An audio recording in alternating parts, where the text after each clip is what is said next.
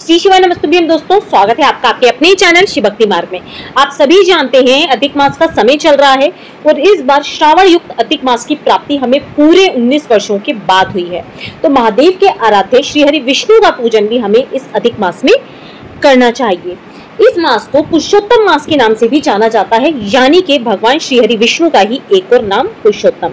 और ये पूरा माह श्री हरि विष्णु के साथ साथ महादेव को भी समर्पित है, क्योंकि श्रावण में हमें अधिक मास की प्राप्ति हुई है। तो श्रावण में वैसे ही हम महादेव का पूजन करते हैं हमेशा, परंतु यदि श्रावण युक्त अधिक मास मिल जाता है तो उस समय में हमें महादेव और श्री हरि विष्णु दोनों का पूजन करना होता है। और साथ ही साथ जीवन की कुछ विशेष परेशानियां, जैसे यदि आप नौकरी की चाह रखते हैं, आपको नौकरी नहीं मिल रही, सरकारी नौकरी की चाह रखते हैं, या व्यापार में मंदी चल रही है, आपका व्यापार अच्छा नहीं चल रहा, या विवाह संबंधी कोई भी परेशानी आपके जीवन में चल रही है, धन संबंधी परेशानी हो सकती है, संतान संबंधी हो सकती है, या कुल मिलाकर यदि बात करी जाए तो जीवन की ऐसी जटिल समस्याएं जो कि जीवन में चलती आ रही हैं, समाप्त होने का नाम नहीं ले रही हैं। जैसे कि कई बार दाम्पत्य जीवन में बहुत ज्यादा समस्या हमारे बनी रहती है, कई बार सास ससुर को लेकर, कई बार पति को लेकर, या कई बार जीवन की ऐसी परेशानी है जिसका कोई हमें समाधान ही नहीं मिलता। उन सभी समस्याओं के निवारण का मात्र एक ही उपाय है, वो है अधिक मास का शनिवार। क्योंकि स्कंद पुराण के अनुसार अधिक मास में पड़ने वाले शनिवार को बहुत ही विशेष, फलदायी और ऊर्जावान माना गया है। परंतु कुछ लोग भ्रांतिवश इस माह को मल मास कहने लगे हैं, यानी कि मलिनता से भरा हुआ। कुछ लोग कहते हैं कि इस दौरान पूजा पाठ, नए कार्य, तीर्थ स्थानों पर जाना निषेध माना गया है। परंतु श्री हरि विष्णु के आशीर्वाद से, जो कि हमें स्कंद पुराण में वर्णन मिलता है, इस माह को बहुत ही ज्यादा विशेष, फलदायक और ऊर्जादायक और शक्तिशाली माह बतलाया गया है। और साथ ही साथ संकट निवारण माह के रूप में भी इस माह को जाना जाता है, यानी कि आपके जीवन में प्रत्येक समस्याओं का निवारण आपको इस माह में कुछ पुण्य कार्य करने से मिल जाता है। और साथ ही साथ इसी कारण अधिक मास में किए जाने वाले दान, पूजा पाठ का फल अन्य दिनों में किए गए दान पुण्य कर्म की अपेक्षा 100 गुना ज्यादा फलदायी माना गया है। तो आज की इस वीडियो में हम जानेंगे कि अधिक मास में पड़ने वाले शनिवार के दिन कौन से ऐसे विशेष कार्य हमें कर लेने चाहिए, जिससे कि हमारे जीवन में समस्त समस्याओं का निवारण हमें मिल जाए, हमारे जीवन की जितनी भी परेशानियां हैं वे समाप्त हो जाएं। तो वीडियो को ध्यानपूर्वक पूरा सुनिएगा। आज की वीडियो में मैं आपको सारी जानकारी देने वाली हूँ, परंतु वीडियो यदि थोड़ा सा भी अच्छा लग जाए तो वीडियो को लाइक जरूर कर लीजिएगा। और साथ ही साथ यदि आप महादेव के सच्चे भक्त हैं तो कमेंट बॉक्स में हर हर महादेव लिखकर चैनल को सब्सक्राइब जरूर कर लीजिएगा। तो चलिए वीडियो को प्रारंभ करते हैं। जो विशेष नियम और कार्य आज मैं आप लोग के साथ में शेयर कर रही हूँ, इस कार्य को कोई भी स्त्री, पुरुष, अविवाहित लड़का, लड़की है, इस कार्य को बच्चे भी कर सकते हैं। परंतु मुझ पे भरोसा रखते हुए, महादेव पे भरोसा रखते हुए, सच्चे हृदय से आपको ये छोटे छोटे कार्य हैं जो करने हैं, आप खुद अपने जीवन में परिवर्तन देख पाओगे। ये मैं 100% गारंटी के साथ बोल रही हूँ, क्योंकि अधिक मास का शनिवार कोई साधारण शनिवार नहीं होता है। देखिए, अधिक मास के किसी भी शनिवार को, और एक चीज मैं आपको बोल दूं, आप हमेशा बोलते हो दीदी मुझसे तो वीडियो मिस हो गया, आप चैनल को सब्सक्राइब नहीं करते हो और बेल पे क्लिक नहीं करते हो, क्योंकि देखकर आप वीडियो चले जाते हो। इसलिए जब भी मैं कोई इन्फॉर्मेटिव वीडियो डालती हूँ वो आप नहीं देख पाते हो, चैनल सब्सक्राइब ना होने के कारण। तो चैनल को सब्सक्राइब जरूर करके बेल बटन को दबा के ऑल पर क्लिक कर दीजिएगा, तभी आपको मेरी सारी वीडियो समय से मिल पाएंगी। तो अधिक मास का देखिए, कोई भी आप शनिवार से इस उपाय को शुरू कर सकते हैं। अधिक मास का जो भी शनिवार पड़ जाए उस दिन सुबह स्नान करके 10:30 बजे तक, सुबह के 10:30 बजे तक आपको एक पात्र ले लेना है। कोई सा भी पात्र आप ले सकते हैं। आप यदि पीतल में, स्टील के पात्र से या चांदी के पात्र से जल अर्पित करें तो बहुत ही ज्यादा शुभ माना जाता है। यदि आपको वो नहीं मिलता है तो फिर आप तांबे का पात्र ले सकते हैं, नहीं तो आप पीतल का पात्र भी ले सकते हैं। तो उस पात्र में आपको जल भर लेना है, उसके अंदर गाय का कच्चा दूध मिला लीजिएगा। गाय का नहीं हो तो आप भैंस का कच्चा दूध भी मिला सकते हैं, उबला हुआ दूध का प्रयोग मत करिएगा। तो एक पात्र में हमने जल भरा, कच्चा दूध मिला लिया, उसमें एक चुटकी आपको काले तिल डालने हैं और थोड़ा सा मीठे का भोग, आप कुछ भी डाल सकते हैं, गुड़, शक्कर, मिश्री, जो भी आपको मीठा मिल जाए उसमें थोड़ा सा मीठा डालकर इस जल को तैयार कर लीजिएगा। अब सुबह 10:30 बजे से पहले पहले आप चले जाएंगे किसी भी पीपल वृक्ष के पास में।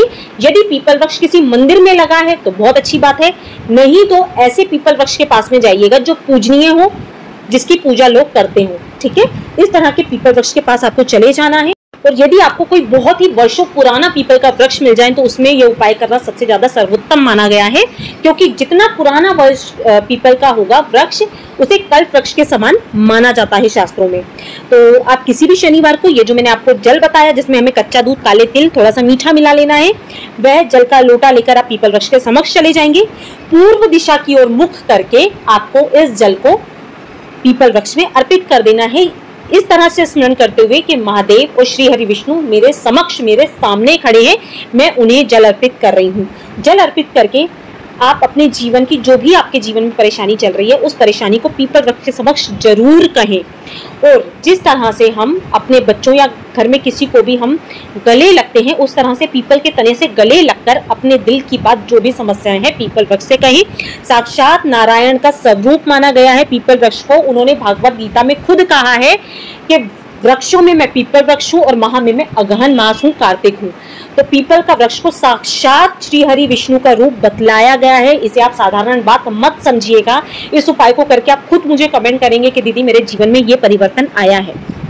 तो आप जल चढ़ाएंगे। जल चढ़ाने के बाद 7 परिक्रमा आपको कर लेनी है।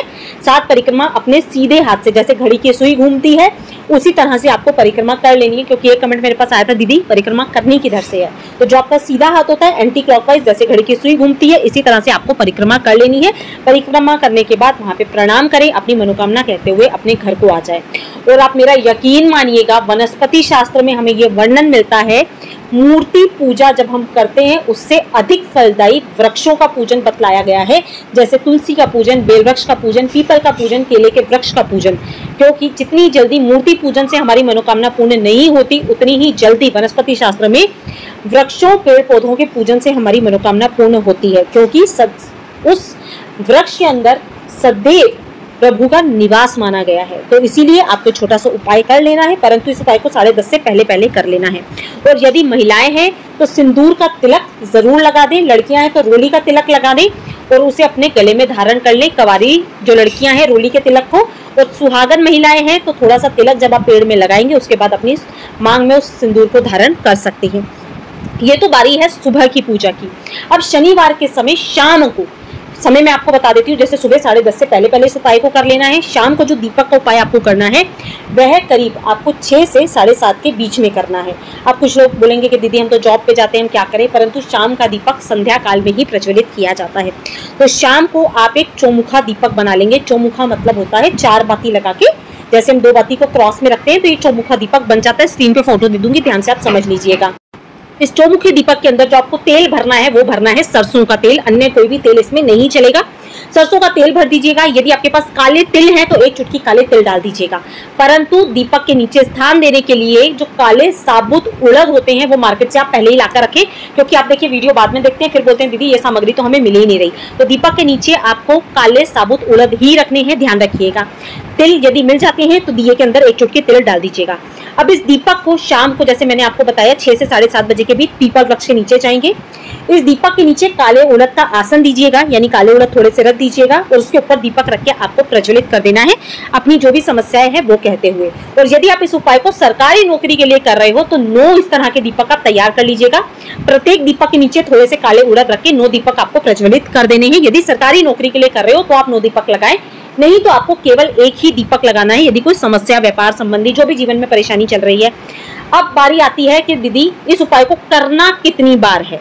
तो देखिए, ये कलयुग का समय है। उपाय करते से ही आपको रिजल्ट नहीं नजर आ जाता, क्योंकि भगवान देखिए केवल हमारे लिए नहीं बैठे।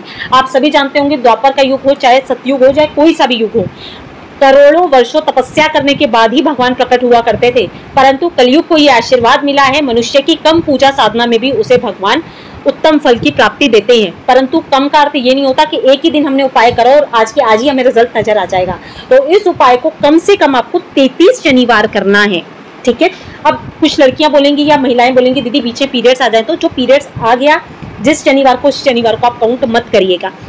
तो ऐसे करके कम से कम 33 शनिवार आपको करना है। और 33 नहीं कर पा रहे हो तो 11 शनिवार तो कर ही लेना, मेरी बात मानो आप, बीच में छोड़ना आपको नहीं है। पीरियड आ जाए या कहीं बाहर चले गए हो तो बाहर कहीं चले गए हो तो देखिए जो भी आपके आसपास पीपल का पेड़ हो वहां पर भी इसे कर सकते हो। ऐसी कोई दिक्कत वाली बात नहीं है कि एक ही पीपल के पेड़ के नीचे आपको करना है, ठीक है।